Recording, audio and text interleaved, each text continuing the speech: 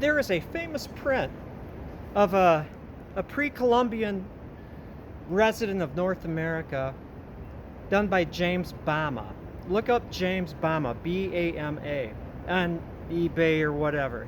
And you'll see this dude has a quiver with a grouping of darts because he used one of these devices, kind of, I don't know, hunkered down in the ground.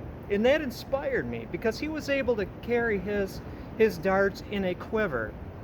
They're short. You know, you picture, these are my darts from my atlatl, and they're these long 7.5 yard long things, you know, with big feathers on them. And here this dude has this quiver, a woven quiver, I believe, kind of like the one I made, carrying his darts. So portable, so wonderful. And so I worked so hard on being able to tune atlatl darts.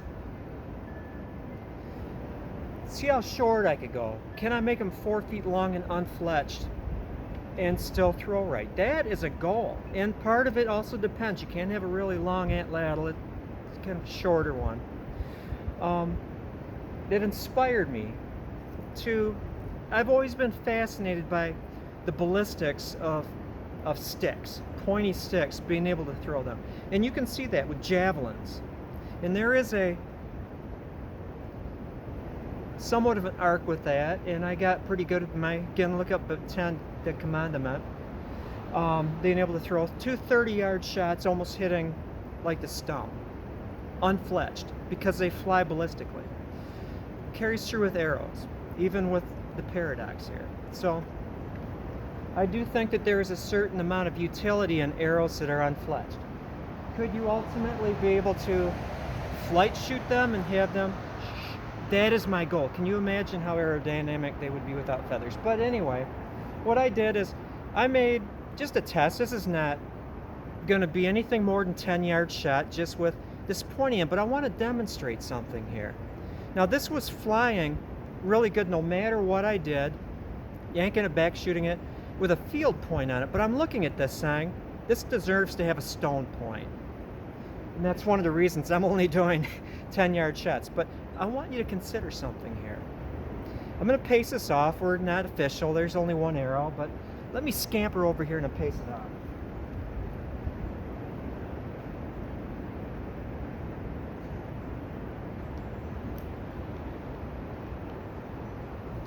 Okay, they're at about 30 feet. Now pay attention. Hopefully you can see the flight of this. It actually was nice and straight. One more time.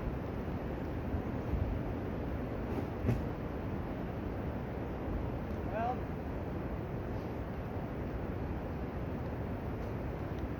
I just broke a really good point.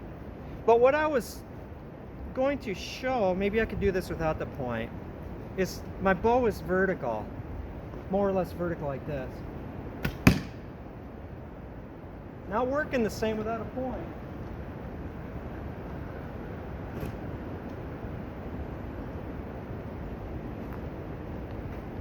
But now watch, this is something to consider. I'm not going to shoot it vertical, I'm going to go sideways. And the end kind of went to the left. You can actually steer those things by how you have your... Man, that makes me heartsick. That was a heck of a point. But I'm going to stand back even further. I have less to risk without a point.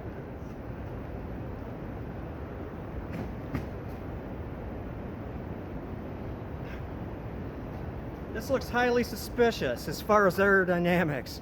But let me stand back even farther.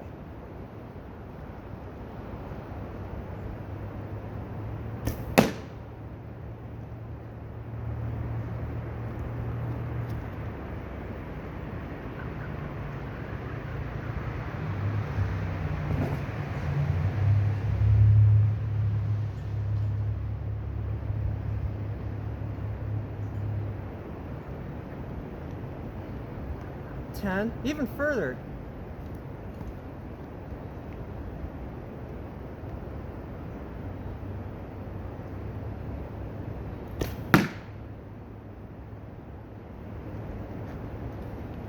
Huh, 25 or 20-yard shot, pardon me.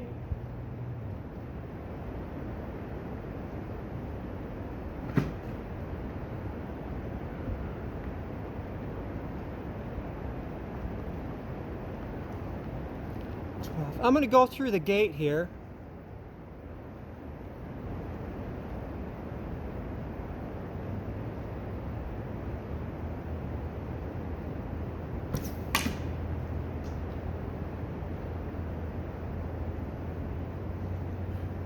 "25 yards. Let's try that again.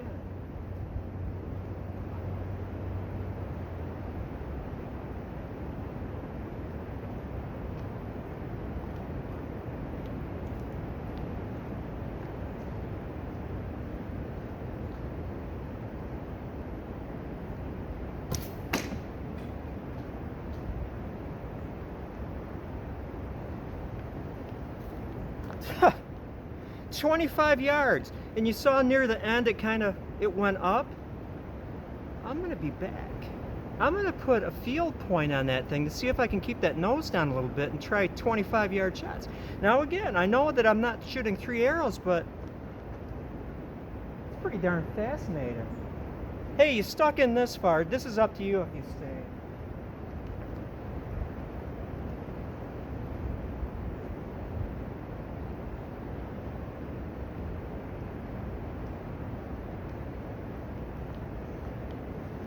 Let's try 20 yards again. 12.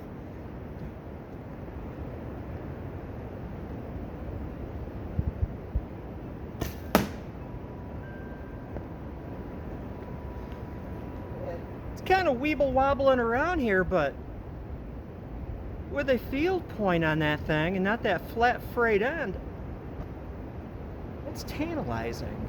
It is truly tantalizing. Anyway, hey, I appreciate it. And when you're experimenting, keep in mind that. And I hate that my point broke, but man, shooting that thing without the point and seeing that basically it flies like an arrow, I'm going to be back with a field point. This is exciting stuff. Do you realize how exciting this is? Making arrows that fly without feathers. Whoa, whoa, whoa, whoa. I'm not afraid to look dopey.